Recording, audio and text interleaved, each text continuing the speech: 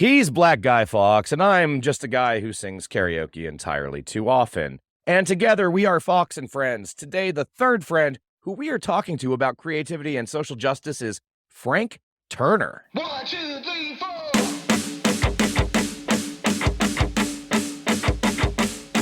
From coast to coast, from sea to shining sea, what he got is fucking wrong. His land's not made for you and me. We're chatting built the wall as we tear down bottom stall. Watch our kids get slaughtered as they run straight through the hall. Let's go!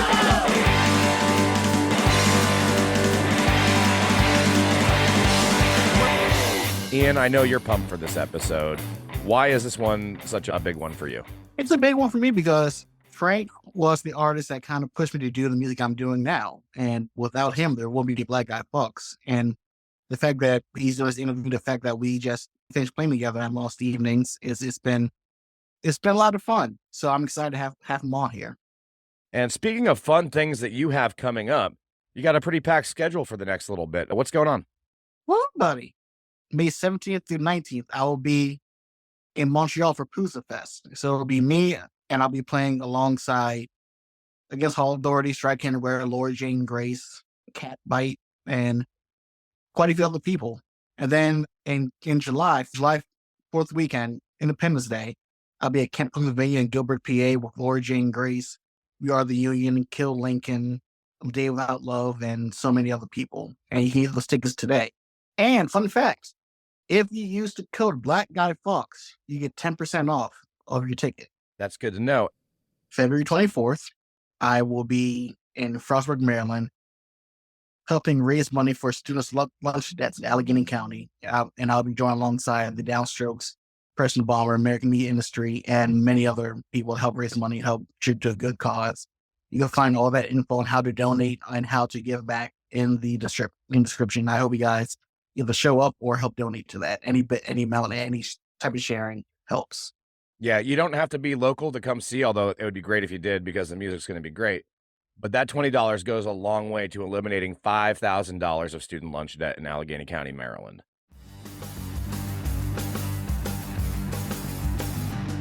Frank Turner, thank you so much for coming on and joining Ian and me for Fawkes and Friends. Thank you for having me. It's very cool to be here. I mean, when I say be here, I'm in England. You guys are in America. But thanks for having me. Oh, Frank, I just went to Brazil. How was that? Oh, it was awesome. I'd never been to South America before. And at the risk of sounding entirely like a gormless tourist, it's like, it's there. It's real. South America is like a place. You know, it was incredible to be there. I was mainly there for a holiday. I did have a few meetings to discuss kind of getting down there for shows to South America generally, Brazil, Argentina, Colombia, Chile, Peru, whatever. I mean, you know, I made it through 42 years without ever going to South America. And I feel kind of remiss about that now. Do you know what I mean? Like it's a whole world unto itself. I spent the first kind of half a day kind of going, oh, this bit's a bit like America and this bit's a bit like Africa and this bit's a bit like Australia and this bit's a bit like Europe or whatever. And after a while, you just kind of go, shut up, man. Like this place is like South America is what it is. So I felt very privileged to be there. I felt very educated. And we did actually have a holiday, which is a rarity in my schedule. So it was very nice. Yeah, we got to chill out for a bit. So as a musician taking a holiday, did you see any music or do you just stay away from that as much as possible? We saw some music, but not anything from my end of the music world. We saw some live samba and stuff like that, which was kind of incredible. I think my wife was pretty stoked to go to a place where no one's heard of me because it meant that precisely one person recognized me on the entire holiday. And she was like, in the past, like somebody asked me for a selfie when I was like halfway up climbing a mountain in Yosemite. And it was just like, really, dude? Like now? You know, I think she was she enjoyed it being a place where there was less of that kind of stuff to handle. But I mean, you know, I'm aware of some cool South American bands that I like, Sepultura or whatever else, but like there's huge musical traditions there that are pretty new to me. We were listening to loads of Gilberto Gil, I think is how you pronounce his name. He's a Brazilian sort of composer, songwriter guy who I encountered on the holiday and kind of blew my mind. In fact, I'm still listening to Gilberto Gil since we got home. So taking some of the vacation back with you, which is nice. Right. You talk about finding out about musicians and finding musicians in different places. I'm kind of just curious. How did you find out about Black Guy Fawkes? Ian, you might know the answer to this than I do, but like, I'm going to say it's probably Matt Flood's fault, right? When I put out my EP, Produce Lullabies, I think Matt Flood sent it to you. And that's when he got in contact with me about Lost Evenings. I think that is right. I think, but at the same time, in a good way, I feel like it was one of those things that was just kind of in the water for a minute suddenly. Do you know what I mean? You know, sometimes you just kind of go from never having heard of something to like 8 people mention it in the space of 2 days. And you're kind of like, the universe is pushing me in a certain direction right here. But I mean, I love Matt Flood's pieces, as I'm sure you guys do as well. He's a classic example of that thing on which all underground music things survive, which is an enthusiast. Like, you know, sure, he runs label, he puts on shows, he does this, he does that. But like at heart, he's just somebody who really, really, really cares about music and is still excited about music in a way that I think is kind of admirable because there are, you know, I mean, I'm sure we all have this, right? But I have days where I feel a little bit kind of like I would be okay if I just listened to kind of a bunch of 90s hardcore records forever. And it's cool if there's somebody who's just like, so totally just like, ta-da, about everything new. And so, and he passed it on to me. So hats off to Matt Flood. And I love that you did a Noel Coward split on his label, didn't you? I did with Franz Nicolai. Yeah. That was a good time. I mean, so Franz is somebody who I'm slightly in awe of Franz Nicolai. Like, I think he's one of the more talented people I know, and he's certainly one of the more knowledgeable and kind of intellectually formidable people I know. His first book about touring, The Humorless Ladies of Border Control, was released around the same time that I put out my first sort of tour memoir book, The Road Beneath My Feet. And his book is a proper book that is written with proper prose, as if it was written by a proper writer. And mine is a bunch of tour stories that I wrote down. And I remember feeling kind of proud about my book, and then I read his book and went, he's a real writer. And I sort of feel like that quite often about his songwriting as well. We've toured together a lot. But while we were touring together, we had long conversations about things like the history of circus and vaudeville, music hall in the United Kingdom and stuff like that. And Noel Coward came up in conversation quite a lot. I always had this theory that like Americans had a head start because American place names are more kind of sonorous and more musical. You know, people can say like Mississippi and Tennessee, and they've got this sort of internal poetry to them. Whereas, you know, we have places called Scunthorpe and Swindon. You know, and I just sort of had this view that like British place names didn't really work in song. And Franz pointed me to that song, There Are Bad Times Just Around the Corner, which is it's a little bit of a flex on Noel Coward's part, to be honest, because it's just this endless list of British place names.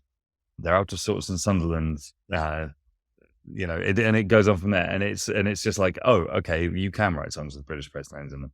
So it was fun to do. And speaking of songwriting, I do want to ask you this. At Lost Evenings, you played the first 4 records, and then at the next one in September, you're doing the first 5. Yeah. When you revisit these songs, do you find new life in songs you haven't played in a while? And do you find songs where you're like, you know what, I can stay in the vault. I won't play that anymore. Yeah, I mean, yes, to both. Starting with the bad stuff first, in terms of the stay in the vault thing, when we do the full album thing, I want to be completist about it for myself and for the audience as well. And I know that there are like B-sides. And sometimes you kind of get pleasantly surprised by that stuff. Like Lost Evening's just gone, we did Tape Deck Heart and Full, which means we played a song called We Shall Not Overcome, which is a song that like I've long thought has great ingredients, but isn't necessarily quite in the right order somehow. And the thing about it is that when we were working up that song, we tried it in 800,000 different structural orders, and none of that we didn't get it right, essentially. And I still don't think we got it right. But we played it live, and it was really fun, and everybody kind of went off. And it was just like, you know, maybe we should play this song more often. That's pretty cool. But then, I mean, I kind of don't want to name names too much, because every time I do mention a song of mine that I'm not as enthused by, it turns out to be the person I'm talking to's favorite song of all time, and then I feel like a dickhead. But not so much this year, but there's over the years of kind of digging out the B-sides for Lost Evenings completist sets, there are some where it's like, particularly if it's a full band number where we get to the end of it and we're all like, well, that's that one back in the cupboard for another decade. You know what I mean? Like, that fucker ain't coming out again anytime soon. But it's more a case of kind of being pleasantly surprised. I mean, I try and mix up my set list on a regular tour, but you get into kind of certain habits. There are certain things that work. There are certain moods you get into. But it's kind of cool. Los Evenings is a cool way of shaking up that kind of stasis in a way. You know, you might kind of like for a few years ago, we started playing the song Back in the Day, which is off my first record, more often because we landed again for Lost Evenings, and everyone went, "Fuck, man, this is a cool song. We should like play this." So you know, you can kind of shake stuff off in a cool way. This was my first Lost Evenings. Ian, was it yours? It was, yeah. Cool. Obviously, different experiences for both of us. Can we talk about that for a minute? Because you've built something really cool and something that has legs. You just had your 6th. The 7th is going to be in Toronto. And by the way, we've got locations planned for 8, 9, and 10 as well, but I'm not going to tell you what they are. Jeez. What's the evolution of that been like?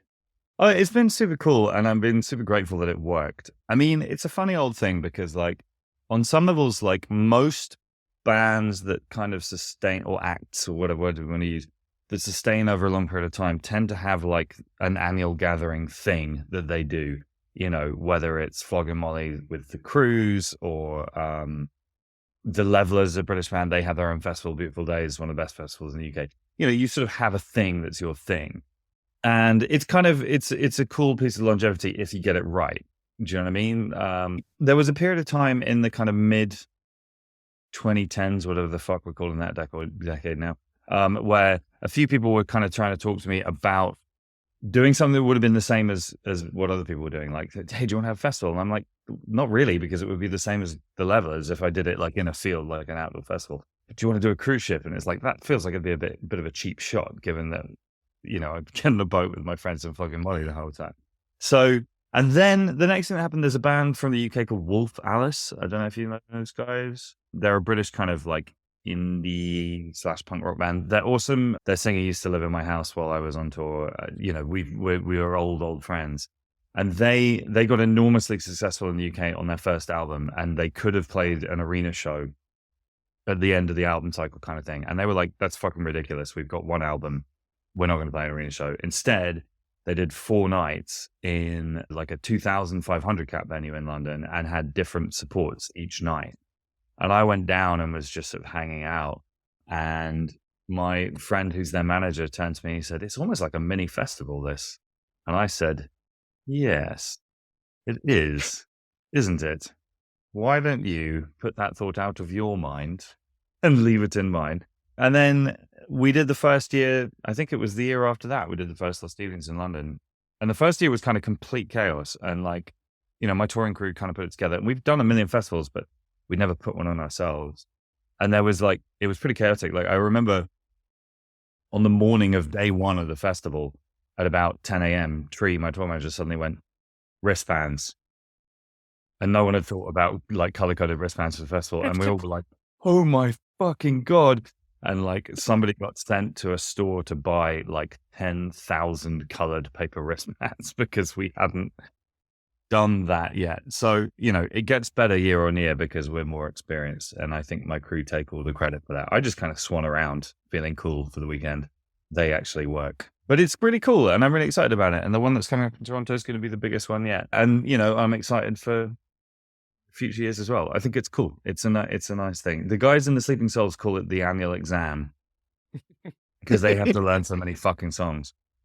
You know, I tend to know more than those guys because they kind of live in my brain because I wrote them. But at the same time, like I also have to learn a lot of fucking songs. And like there is a thing like with every, because we always finish with the quote unquote greatest hit set, which is generally the songs we know best. Like with each passing night, there's a moment when we come off stage and you're just like, empty the waste bin of your mind. Like all of those songs can go, those chord changes can go away for a while now because, and so the load gets lighter day on day. This is the least punk rock thing I can say, but the reason that I found your music was a long car trip with the CEO of my company. And I'm trying to convince him to make the drive up for the greatest hits night at least this year.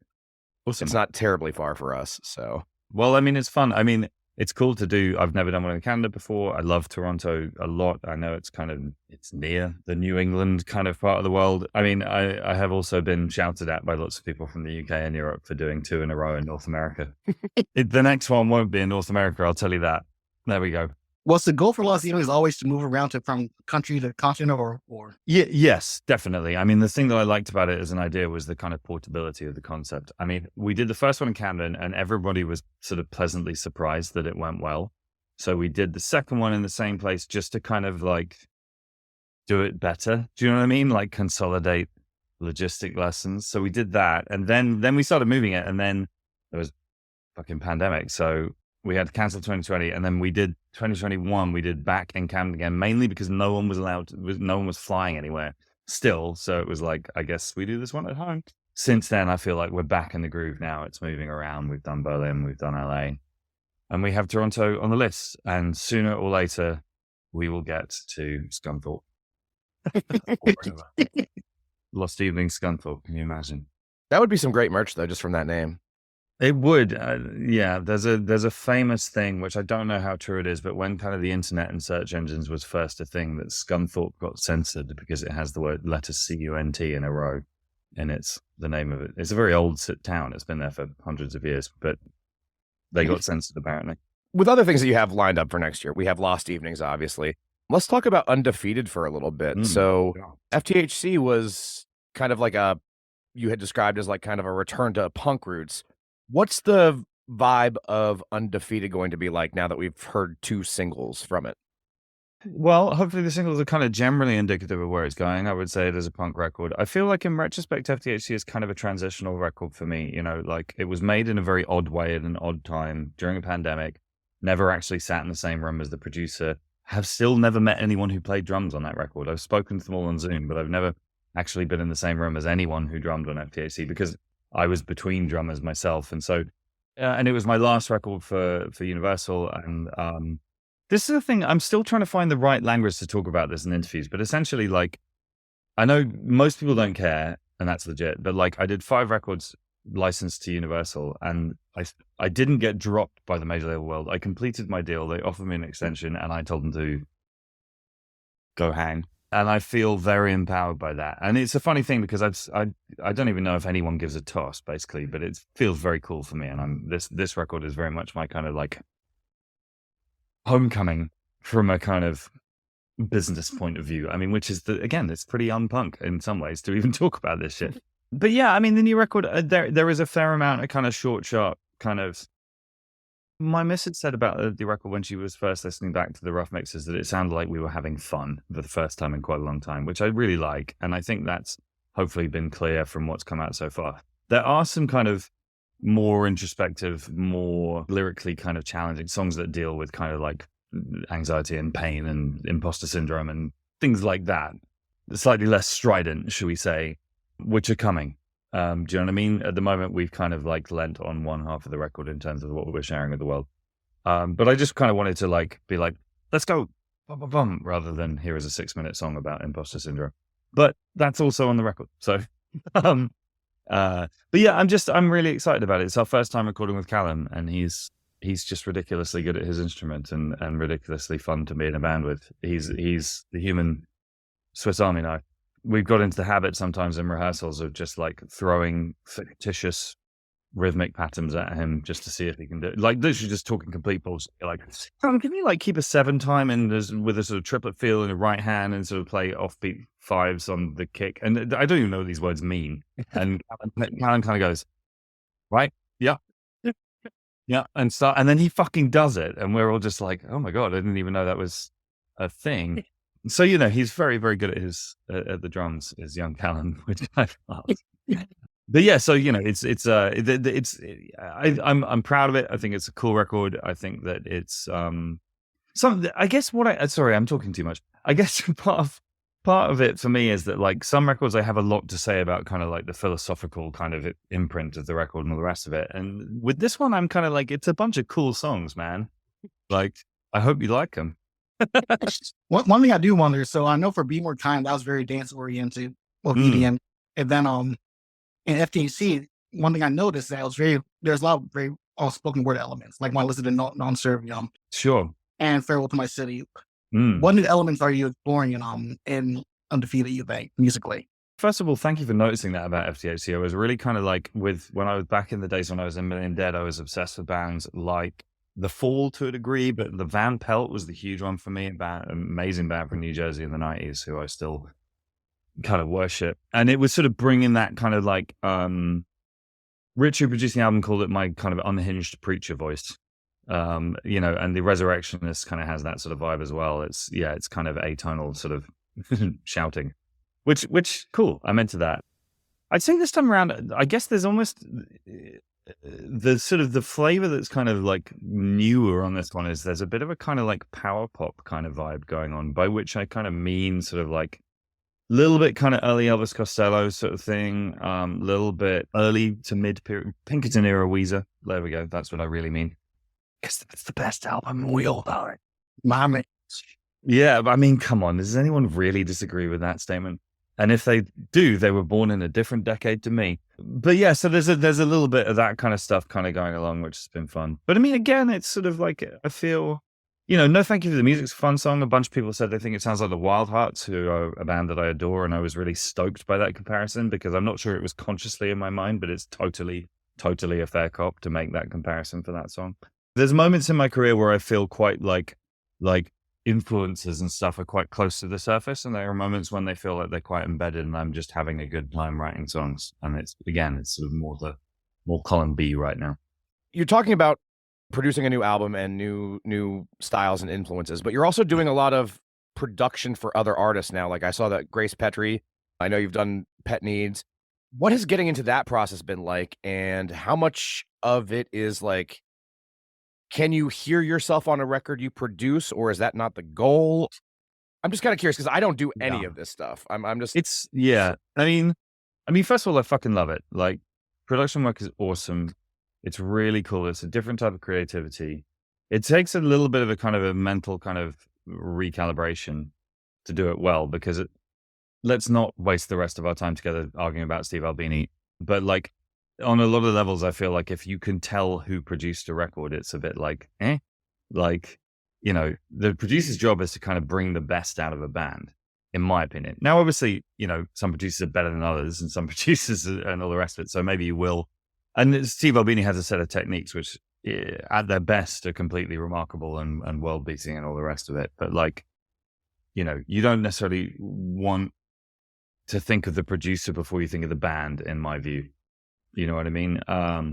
But nevertheless, like, I mean, so I can hear what I've done on records. I mean, quite a lot of the time because again, the word production means lots of different things. It can mean, again, doing what Albini does, setting up mics and letting a band do what they do, and then can go all the way over to kind of like co-songwriting with people, which I do less of. I'm not really interested in co-writes with people. I want to capture other people's art. But like on the Grace record, for example, I basically arranged the whole record. She came in with a pile of songs.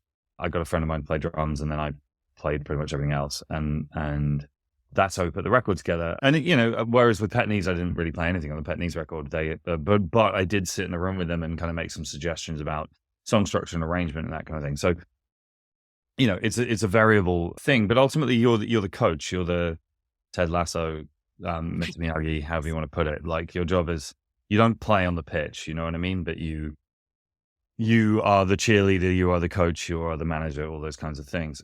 I don't really follow any sports, which is why that metaphor was bad. Anyway, but what a great fucking show. The first season was flawless. I slightly fell off it after that. Doesn't matter. Anyway, so they used one of my songs. I'm very grateful. So yeah, I love it. Like I say, I have been produced many times in my life, but it's a slightly different thing actually doing it. It's a new skill set, blah, blah, blah, blah. But I love it. I mean, right now I am mixing a new record for the Meths. I did a 2 EP package for them, for Broken Britain, that was really cool. I'm at a point in my production career, if I'm allowed to say I have such a thing, where like basically listening back to stuff I did anywhere longer than 6 months ago makes me want to cut my own head off, because hopefully my kind of rate of improvement is such. So I listened back to the Meths stuff that I did like 18 months ago, 2 years ago maybe, and it was just like, I can do better than this. I'm having a lot of fun mixing that right now. I've mixed 2 out of 12 songs so far, and I'm going to do number 3 after this. But it's like, the Meths is really fun because they're a really simple band. It's just like one guitar player going through 2 amps and drums, and the aim of the game is kind of like energy and brutality. It's really fun just kind of essentially redlining all your compressors and just watching kind of lights blinking, going, help me, while you're mixing. It's a good time.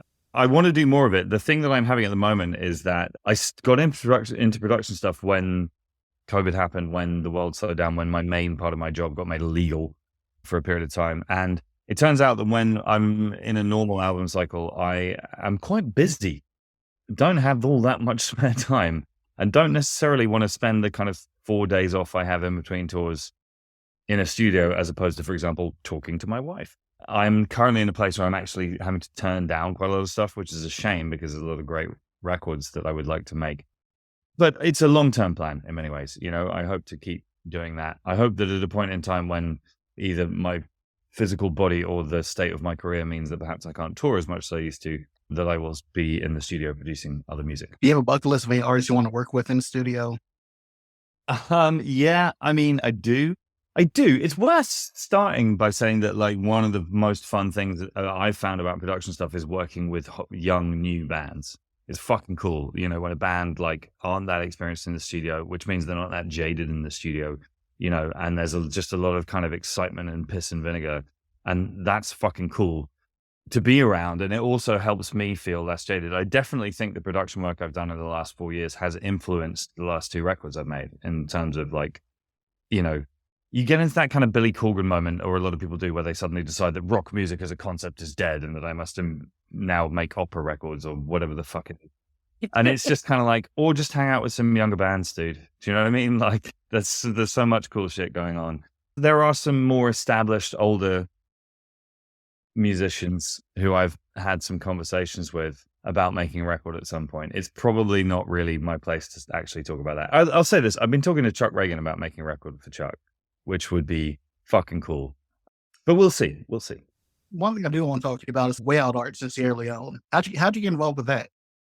There's an organization called Stromerville, or the Joe Strummer Foundation, and I think they're now called officially, in the UK, that was set up by Joe's family after he passed away. I never met Joe Strummer. It's great sadness to me because it turned out that we have lots of mutual friends after he passed away, and God damn it. Anyway, one of the guys who works there is a guy who was one of the barmen at Nambuka back in my kind of formative part of my musical career as a bar I used to hang out at, sleep at, play shows at a long time ago. He's called Styx, and Styx runs Stromerville, and I've done lots of different kind of like fundraising stuff for them over the years. Show 1000 back in the midst of time was a benefit for Stromerville, stuff like that, you know? And Stromerville is basically a fundraising vehicle who they raise funds and then kind of disperse it to various charities that they work with. One of which is Way Out Arts in Sierra Leone. And about 6 years ago, whenever it was, 2017, I think, Styx just sent me a text and said, "Hey man, do you want to go to Sierra Leone?" And I sort of replied, like, "Are you high?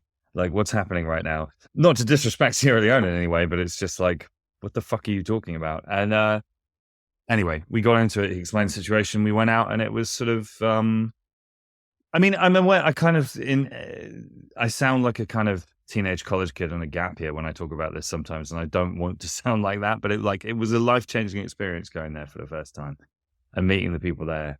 And I remember Hazel, who runs the project, sort of said to me, you know, we were in like the slums and in the real kind of poorest bits of one of the poorest countries in the world, which is not an experience that I had had before. And, you know, you're making friends and you're trying to connect with people and all the rest. And Hazel said to me, "Don't tell people you're coming back if you're not actually going to do that, because they will believe you. And on top of everything else, these guys don't need disappointment." You know what I mean? So I was like, fuck, I'm coming back. Like, and have been back a few times. It was difficult during the pandemic to figure out a trip. And then the political situation in Sierra Leone is not good right now. They had a horrendous civil war in 2000, 2001. I'm not sure that it's back to that level just yet, but like there is a lot of tension in the country, and I've sort of been gently told to hang fire on making travel plans for a minute, which is a pretty conflicting thing, because like, I don't want to just be like, "Oh, well, I'm fine. I live in London." You know what I mean? That's kind of shitty. But I mean, at the same time, I really don't especially want to get caught up in a war, particularly if I can avoid it either. So it just, like so much of working with the project, it sort of highlights your privilege pretty starkly. You know what I mean? That I can just go, "Well, I just won't come while it's bad." I mean, fuck me. Do you know what I mean? Like yeah, it's a complicated thing. But I mean, I've made a lot of friends. I've experienced a lot of music that I didn't know about. And hopefully the charity has made a difference to some people's lives. I like that you do bring a charity and nonprofit element to a lot of what you do. Like Lost Evenings and the Ally Coalition. And then on the 50 States tour, you partnered with local nonprofits and charities. Why is that so important to you? It feels pretty kind of entry level. They're like least you could do kind of vibe. Do you know what I mean? I mean, I guess I don't have to do it, but like, it seems like it would be lame to gather that many people together. And obviously, I mean, by the very nature of what I'm doing, gathering people together like that, there's a fair amount of look at me, pay attention to me, buy my shit. You know, that's just kind of par for the course. If you can take even just a small chunk of that to direct people's attention to something that's slightly more worthwhile than my bank balance or ego or whatever the fuck it is, then that feels like a thing that's worth doing, you know? I mean, also, I think to be slightly more expansive in answering that question just for a second, like when I was a kid, you know, the thing that really struck me when I started going to punk shows as opposed to kind of rock shows, should we say, was that there was a more sort of holistic kind of vibe. There was it wasn't just about like, here's a bunch of bands you like. It's like, here is a way of engaging with the world. Here is a way of engaging with each other. Here is a set of, you know, and in the 90s, it was all kind of vegan, straight edge stuff was my experience of it. And then that kind of expanded out into kind of anarchism and feminism and all those kinds of ideas. But, you know, broadly speaking, it wasn't just C band, go home. It was like, C band, meet other people, have discussion about how the world is structured, go home, or whatever, you know. And I think that's worn off on me a bit over the years. I'm used to seeing kind of some sort of like literature at the merch table. Let's say that. And that's something I really admire personally at Lost, even just seeing like different ways to donate or to get involved. Because for me, being involved with either BLM or like Way Out Arts, for me being a black male in music, where I don't feel that represented, it's comforting to see somebody who is not black to get involved. Yeah, totally. I mean, I know you do a fair amount of benefit shows yourself, right? So you were literally posting about one just the other day. I noticed. I think it's a good thing to do. I do think it's a kind of one of those things about punk rock. I don't want to spend my time being overly kind of like parochial about growing up with punk rock and all the rest of it. But like, I have a lot of friends in indie bands who kind of grew up and their favorite band was Oasis, and they sort of played their first show when they were 22. And I'm just like, what the fuck are you doing with your life?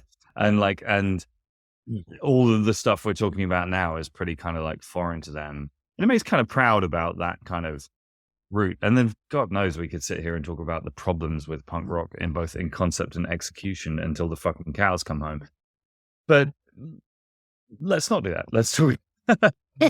let's just take a minute to say that, like, you know, if nothing else, if in my experience of hardcore in London is it taught a whole bunch of middle class largely white kids to think about someone other than themselves, then fucking A, good for it. It certainly opened my mind when I was a teenager in a way that I'm sure it could use more of at every stage of my life. But like, you know, it was a good beginning.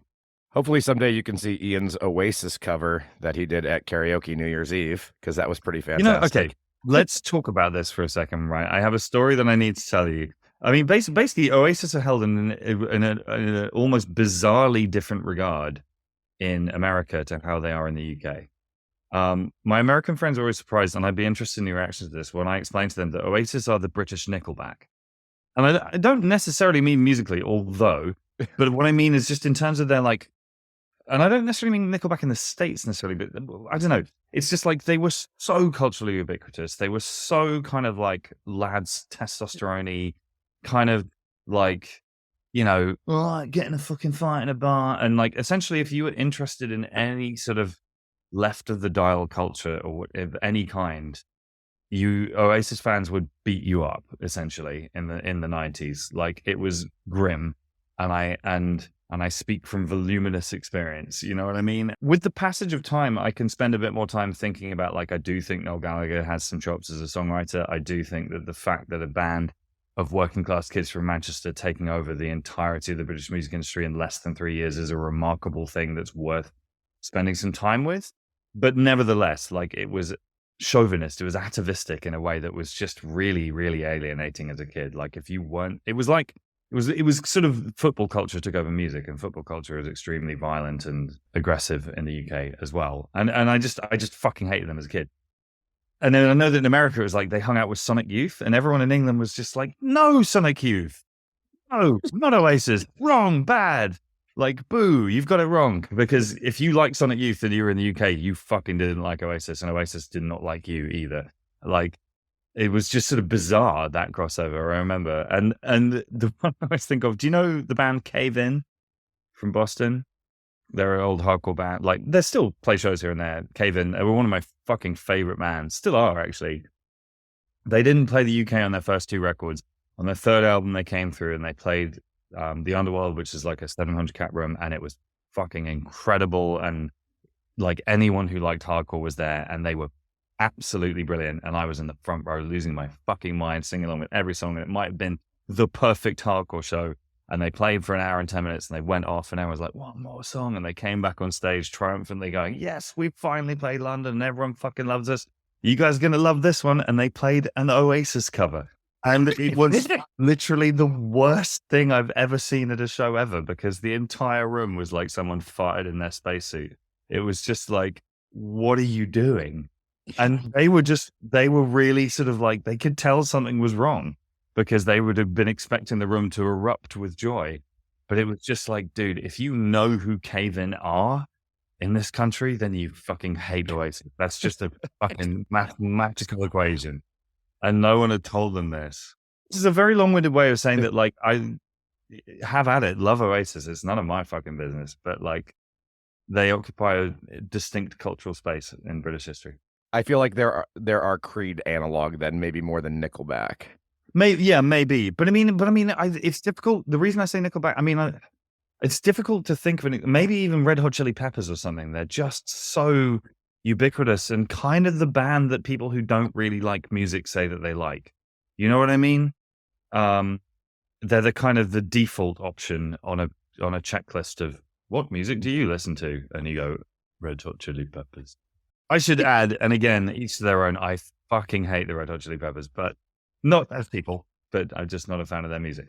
So Cave In covers Oasis. You're somebody whose songs get covered. I mean, Ian covered you on his EP. He did, by which I was extremely flattered and grateful, by the way, just to say that again out loud.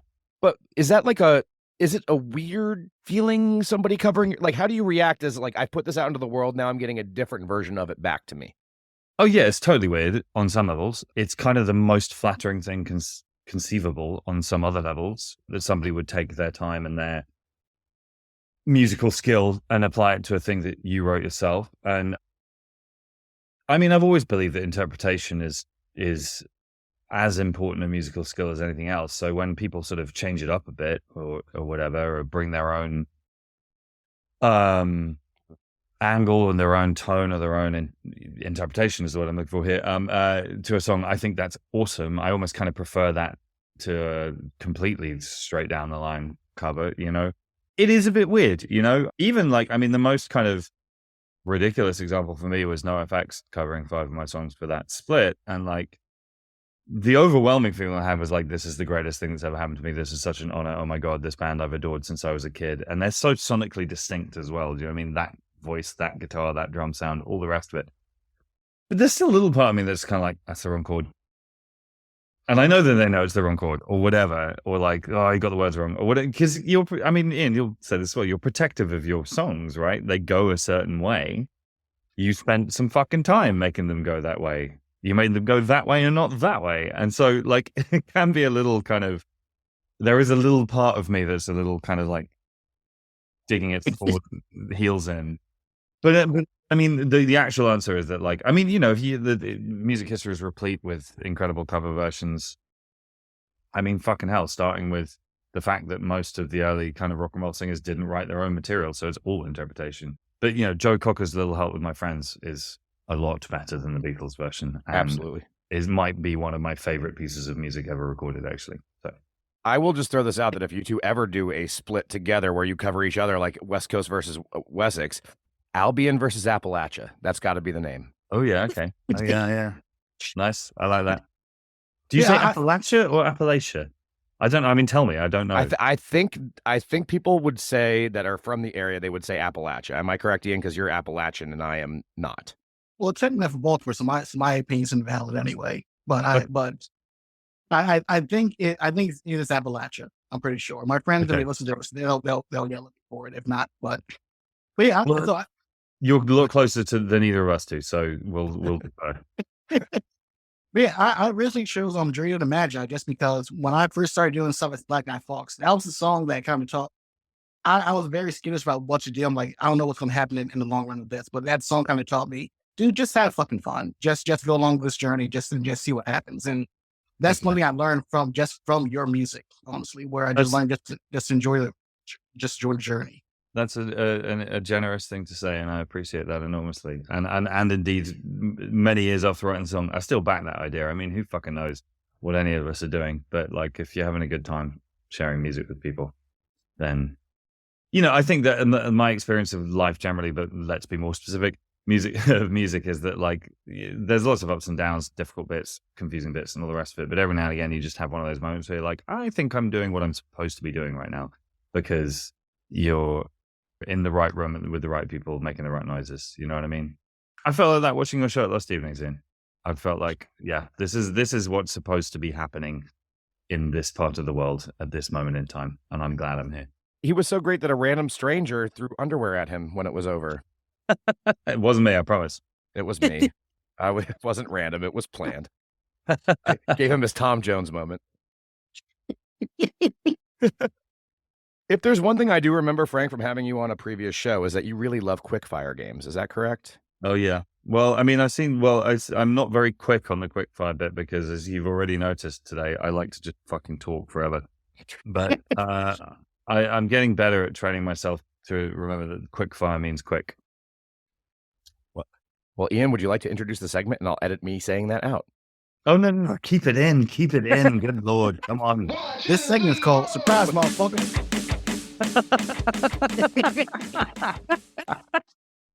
Oh shit! I'm nervous now. So we got some quick fire questions for you. My first one I have for you is, what is your Mount Rushmore of Iron Maiden albums? Iron Maiden albums. Oh my god, Jesus! So that's 4 in Rushmore, is that right? Yeah. Fucking hell, man! Like, Killers, Number of the Beast, Seventh Son of a Seventh Son, and Fuck Everybody. And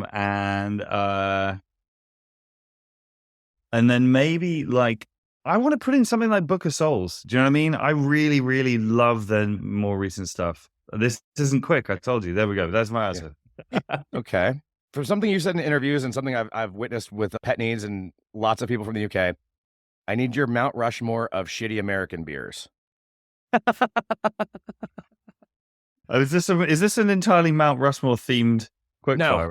Okay, mostly. right, fine. Yeah. Fine. I mean, well, it's worth saying that, like, I mean, I know what you mean, and I'm going to answer in the spirit of it, but I fucking like shitty American beers. I don't think they're same. shitty. Yeah, I mean, Bud Light, PBR, Michelob Ultra. That's a kind of a cheapy beer, right? And then God. Lone Star. Okay. I always say Ultra is the LaCroix of beer. It's like it's just flavored with enough beer that you get the feeling of beer. Exactly. Which means you can drink more of it, which is the fucking point. One more Mount Rushmore. Mount Rushmore of black artists. Mount Rushmore black artists. Okay, that's a good question. My first 2 are easy because it's Nina Simone and James Brown. By the way, there's a book about James Brown called The One, which is one of the most transformative books about music I've ever read in my fucking life. Like, totally just... Can I just put Bad Brains in one slot on there, please? Yeah. Thank you. That's very generous. And then, I mean, that's difficult because, like... May I remind you, I'm right here. Yeah, okay. Yeah, there we go. And Black Guy Fawkes. There we go. Done. Easy. I mean, you beat out Sam Cooke, Ian. You did. Well, but see, here's what I was going to do. I was going to cheat, by the way, for my 5th slot, which is to put Holland Dozier of Holland in there. Oh. Because essentially, like, all of 60s era Motown is just completely fucking sensationally unbeatable to me. But I mean, do you put Berry Gordy up there? Maybe. I don't know. Like, he's famously not the nicest dude in music history. But like, but I mean, what he achieved is incredible. But I mean, I could essentially, you know what I mean? All this, and kind of the Levi Stubbs stuff as well. Just that kind of like classic 60s era Motown is music that I will never, ever tire of. Sneaking out of the game for a second, you and I are basically the same age. We have a couple years difference. I'm clearly the older one. Yeah. Is a love for this stuff like stuff that you also got from like your parents and grandparents? Okay. Because like I listen to music from like the 20s through the 70s almost exclusively when I'm not listening to like other stuff. Is that like where it I came didn't from? get any music off my parents. No? I don't believe in modern music. I mean, I didn't say no music. There's some bits and bobs of classical music, which I sort of, I spent a long time trying to pretend I was better versed in classical music than I am. I mean, I know a little bit of it. You know what I mean? I'm not that fucking la-di-da. But my mom and dad don't really believe in drum kits. I mean, they don't believe in the Beatles or anything. Like, it's all the music I have. A very small amount of it came via my older sister through the bedroom wall. But essentially, I'm a musical autodidact, which is why quite a lot of the time I understand music's a bit weird because, for example, the example I always think of is like I was intimately familiar with the Minutemen song Bob Dylan writes propaganda songs before I'd ever heard any songs by Bob Dylan, because I got into punk and hardcore, metal, and then punk and hardcore, and then went, hey, I should probably listen to these Beatles guys at some point. You know what I mean? Like, so, or indeed Sam Cooke or whatever. You know, like, so my whole sort of understanding was upside down. Chuck D goes on Mount Rushmore as well. Sorry, I mean, you get me, Ian, I'm not going to do this now for several obvious reasons, but if you put a certain amount of whiskey in me, I can rap about half of Nation of Millions. Not well. I didn't say well. I didn't say it's a good sound. But what I'm saying is I know the words. I need this so bad. It's not going to happen now because I'm sober as a dog right now. So I'll see you in space. With eating before swimming, you covered Irving Berlin. You can cover Chuck D. You can get away with it. I'm going to be self-aware enough to know that that's not the thing that I should do. At a certain point in your life, you know your strengths and your weaknesses a little. You know what I mean? If you do, you have to PayPal Ian $5 though. Okay, deal. Done. Fine. My Black Mount Rushmore is getting crowded now, but I think that's a good thing. We should probably explain the $5 thing. So my friend Jacob Matthews, he's learned to do better when it comes to anti-racism. So I tell him, when he says something racist, you owe me $5. So I made about 30 in one day, and I'm proud of Hey. it. I mean, that's good for you. I'm not sure how that is that an improvement for. I don't really know how to feel about that information. He's doing better. I'll say that he is doing Okay, that's good. I'm very glad to hear it. So you played with Billy Bragg, Springsteen, and now Peter the Lion. Who's left on your bucket list that you would die to play with? Oh, I mean, lots of people. One of them's on the bill for Lost Evenings this coming year, and I'm not going to tell you who that is while we're recording. I mean, my kind of great white whale, if that's not a terrible description of another human being, is Nick Cave. I'm very, very, very into Nick Cave, and more so as time goes by. He's, since the death of his son and that kind of creative, appalling tragedy and the creative reimagining that's come with that, I have found his work yet more impactful. There's a book he wrote with Sean O'Hagan called Faith, Hope and Carnage, which is incredible. And if you read that book and then go back and listen to Ghost Teen again, it's like a different album. It's fucking unbelievable. Yeah, Nick Cave. There we go. There's your answer. And then one last one that we ask everybody before we wrap up the game. If you have musical guilty pleasures, what's your Mount Rushmore of guilty musical pleasures? I don't have any guilty pleasures because I couldn't give a fuck what anyone thinks about my taste in music. Thank you very much. And I kind of reject the concept of guilty pleasures. Who gives a fuck, man? And like, you know, I think I've spoken about this in public a fair amount. One of my favorite bands of all time is ABBA. And I feel pretty strongly that if you're somebody who writes songs for a living and you don't like ABBA, then you're not listening to them properly. I know that's actually a dumb thing to say because all art is subjective ultimately, but there is just such unbelievable skill and originality to the way that they constructed their songs that, like, at the very least, it has to be interesting to you as a songwriter. You know what I mean? It's just like their first single, Waterloo, starts with the root and then goes to a major second and then modulates to a different key on the third chord of the entire fucking song. It's just kind of like, yeah, they're fucking brilliant. But I don't care what people think. I think Taylor Swift is a fucking amazing songwriter. That is an opinion that I've kind of largely been brought to kicking and screaming by my wife. But like, we went to see the concert film that was out recently at the cinema for my wife's birthday because I'm a nice guy. it was an incredible creative piece of work, let's say, like as a show, as a production, as a dance thing, as a sonic experience. But there's a bit in the middle where she plays a song called You're on Your Own, Kid on her own at the piano and in front of like 80,000 people. And there is just such a titanic dose of like pretty naked sexism about people having a go at Taylor Swift. She's self-evidently an utterly epochally remarkable human being and writer and entertainer. And like people getting all snarky about that. It's just kind of like, you would not be saying this if she was a man. The end. And yet she is doing better, I think, than any, like, I mean, really, Harry Styles? Fuck Harry Styles, man. Like, you know, Taylor Swift and Harry Styles are in different leagues, in my opinion. Harry Styles wrote his whole last record in conjunction with a guy called Kid Harpoon, who used to live at Nambucca, and we used to hang out. Old friend. Anyway, but like, I don't know why I'm talking about this now, but like, I love Taylor Swift, and that's, but I don't have a Mount Rushmore of guilty pleasure.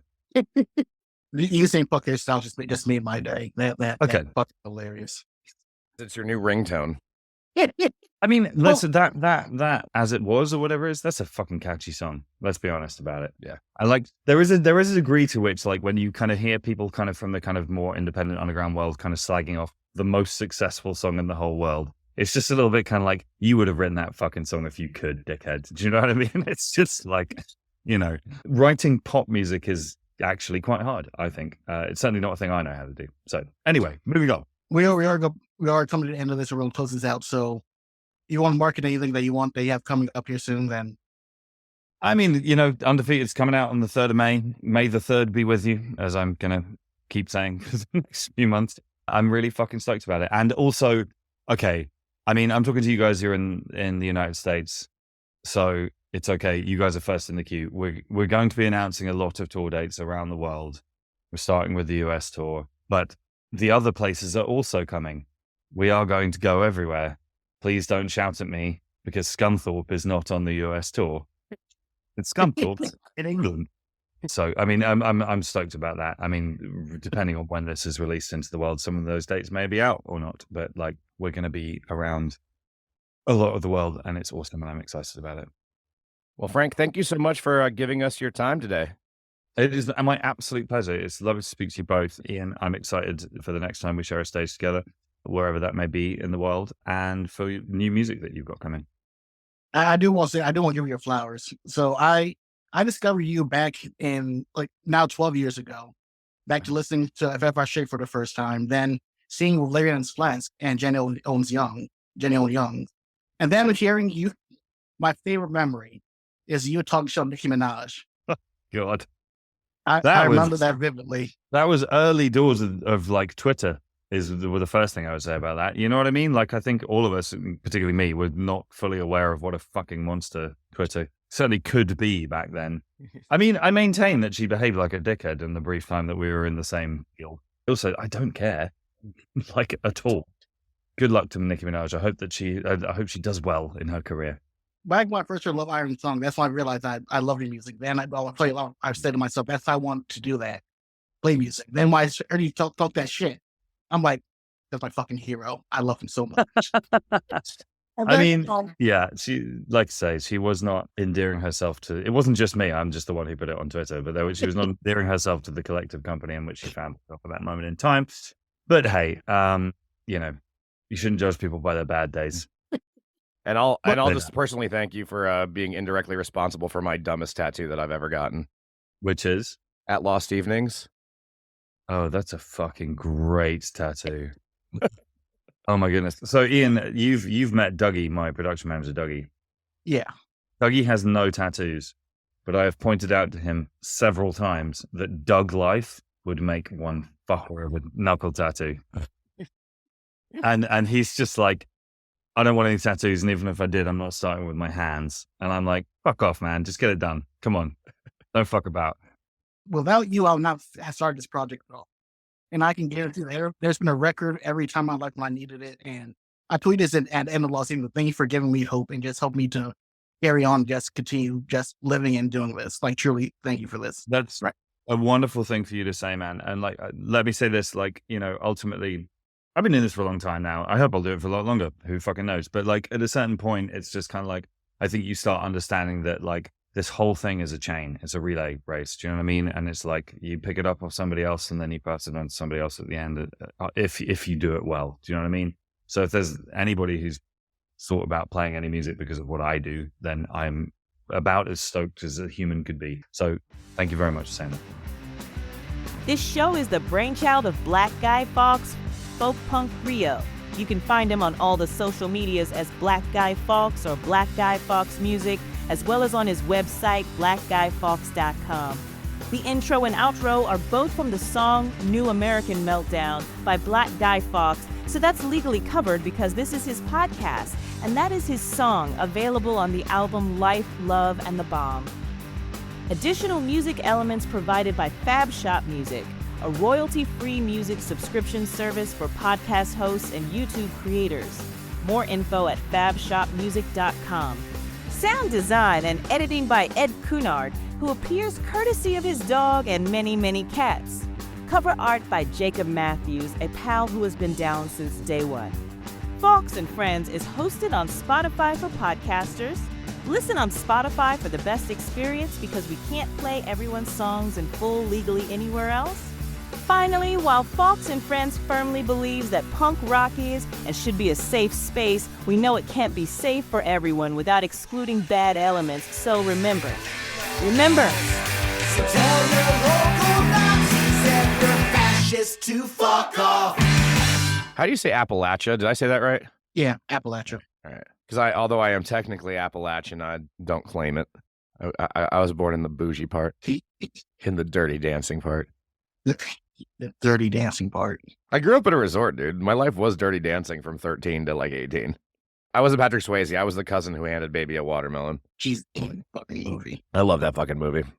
You want to make me cry? Like, put on that last scene because I will have open waterworks every time they do the lift. Every time I will cry.